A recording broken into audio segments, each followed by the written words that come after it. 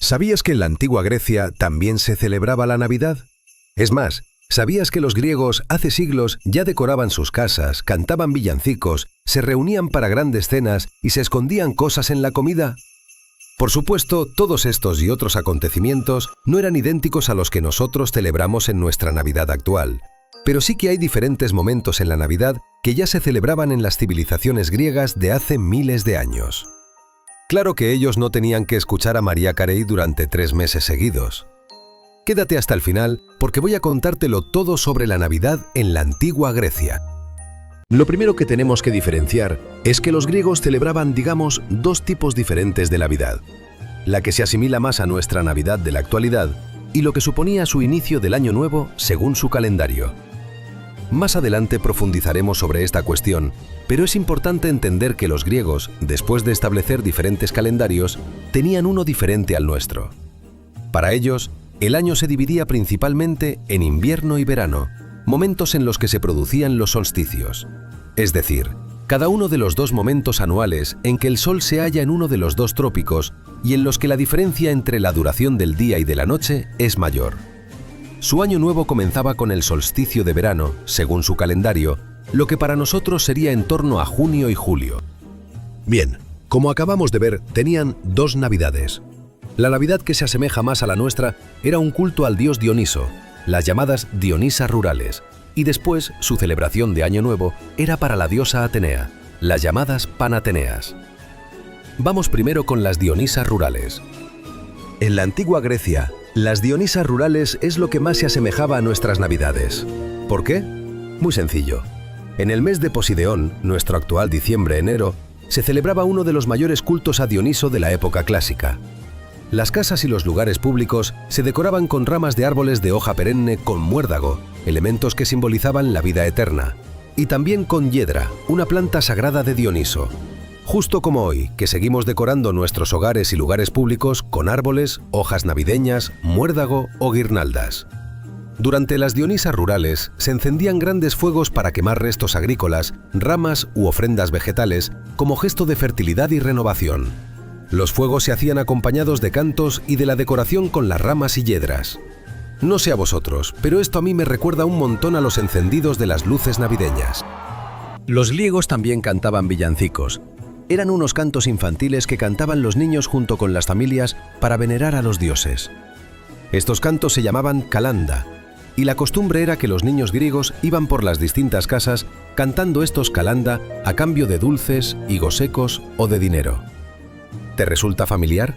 Es casi lo que se hace ahora mismo, solo que ya nadie da higos secos.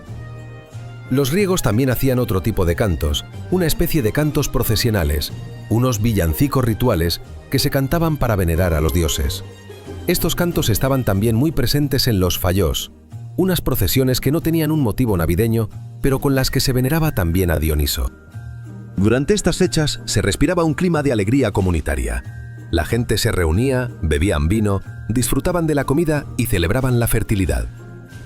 Es más, en algunas de estas festividades en torno al vino y a la comida, las personas escondían sorpresas en los alimentos, una tradición que todavía se conserva en la Grecia actual y en muchas partes del mundo, como en España y en diferentes países de Latinoamérica, que se esconde una figurita o muñeco en el roscón o rosca de Reyes, en Brasil y Portugal, donde se mantiene esta misma tradición, o los Christmas crackers de Reino Unido e Irlanda.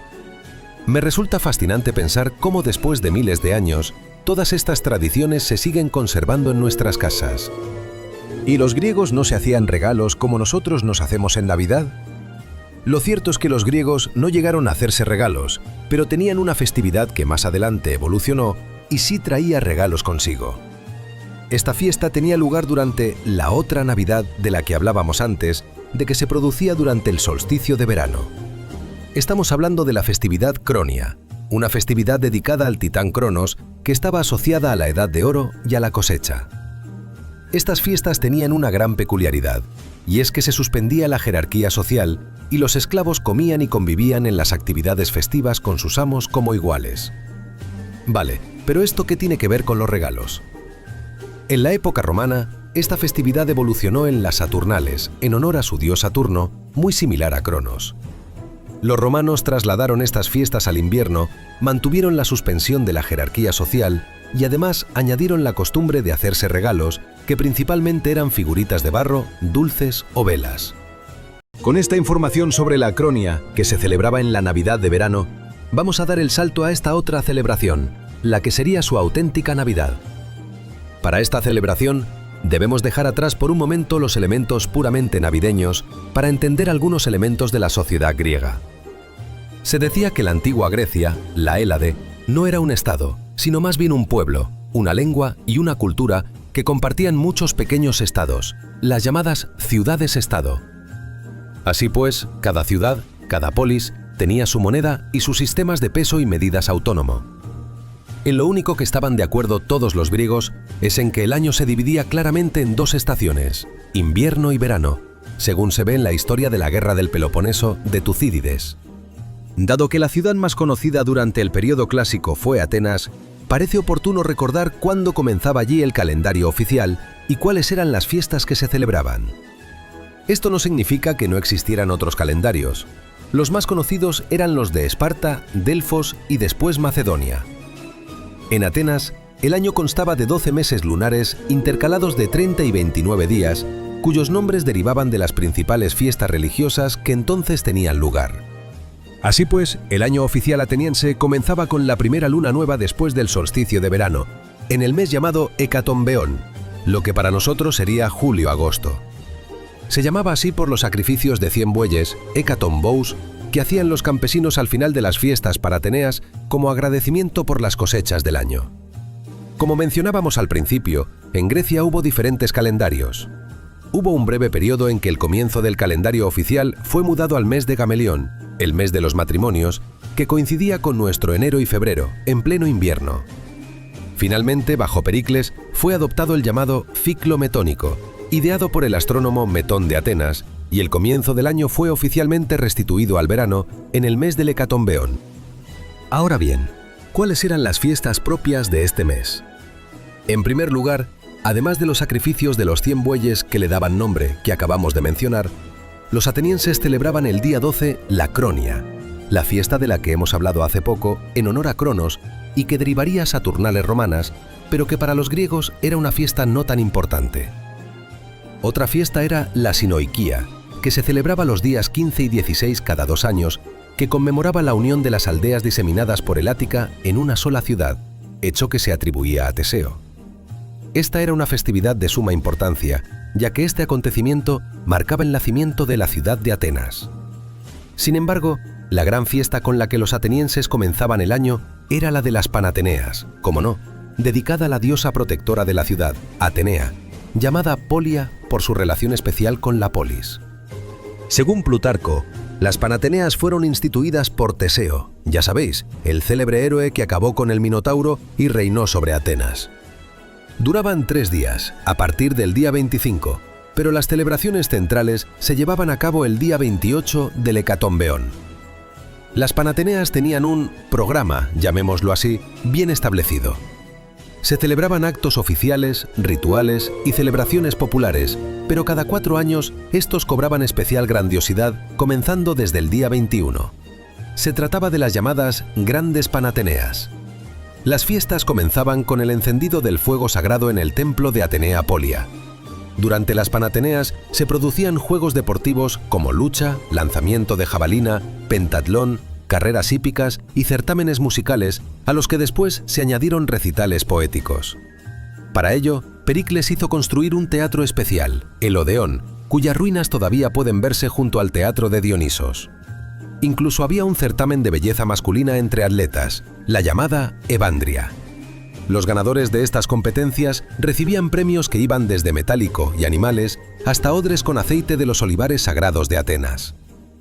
Esto me recuerda que las fiestas comenzaban con el encendido del fuego en el templo de Atenea Polia, al igual que nosotros encendemos las luces para simbolizar el inicio de las fiestas.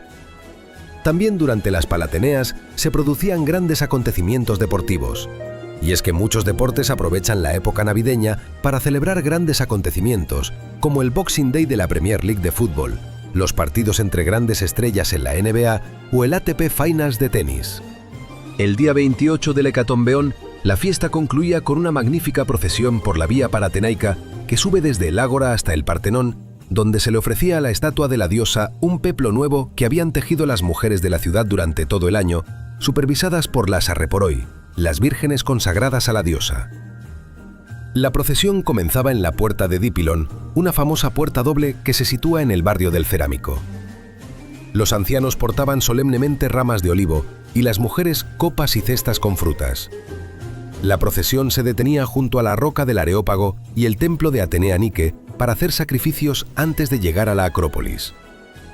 Todo esto se encuentra detalladamente representado en el famoso friso de las Panateneas que adornaba la fachada oeste del Partenón. La fiesta terminaba con la llamada hecatombe. La carne de los sacrificios se distribuía entre el pueblo y se comía en un banquete popular en el barrio del Cerámico, con el que cerraba por la noche la fiesta. Era de las poquísimas veces que la gente más pobre de Atenas podían comer carne de buey. Después, la gente generalmente se dispersaba para seguir las celebraciones en sus casas. Curiosamente, el término hecatombe ha llegado a nuestros días con un significado negativo, como una gran catástrofe, cuando en esta época en Atenas era todo lo contrario, una celebración para que todo el pueblo ateniense disfrutara junto. A fines del siglo V, las Panateneas cobraron un carácter político y se convirtieron en la celebración no solo de Atenas, sino de toda la Liga Délica, un símbolo del imperialismo ateniense. La Liga de Delos fue una alianza militar y política de ciudades-estado griegas formada en 478 a.C.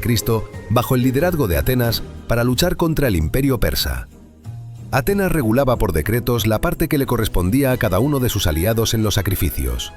En todo caso, se sabe que las fiestas se celebraron por lo menos hasta el año 395 después de Cristo. Después, con el advenimiento del cristianismo, el imperio bizantino y más aún con la ocupación otomana, los atenienses debieron sufrir muchos cambios en sus costumbres y en su manera de medir y celebrar el paso del tiempo. Finalmente, aunque Grecia adoptó el calendario gregoriano en 1920, la Iglesia Ortodoxa siguió observando el calendario juliano. Aunque la Navidad tal como la conocemos es un invento mucho más moderno, resulta fascinante descubrir que las raíces de muchas de sus costumbres pueden rastrearse hasta la antigüedad. Las festividades de Dioniso, con sus ramas, cantos y hogueras purificadoras, nos muestran un invierno lleno de rituales de alegría, comunidad y renovación, donde el vino, la música y los juegos tenían un papel central. Por otro lado, las Panateneas nos recuerdan que el orden, la solemnidad y la celebración cívica también formaban parte del calendario griego, aunque en otro momento del año, mostrando un contraste interesante: la seriedad de Atenea frente al desenfreno dionisíaco. Al comparar estas antiguas celebraciones con nuestras Navidades actuales, vemos ecos claros de la humanidad deseosa de reunirse, compartir alimentos, encender luces y ofrecer pequeños regalos o símbolos de buena fortuna. El espíritu de comunidad y de renovación, de alegría compartida y de ritos que conectan generaciones se mantiene intacto, aunque los dioses y los nombres hayan cambiado. Así, al encender nuestras luces o brindar con quienes queremos, quizá estemos recordando, sin saberlo, aquel invierno ateniense donde las voces, los cantos y los fuegos de Dioniso iluminaban la oscuridad, marcando el inicio de un tiempo de celebración y esperanza.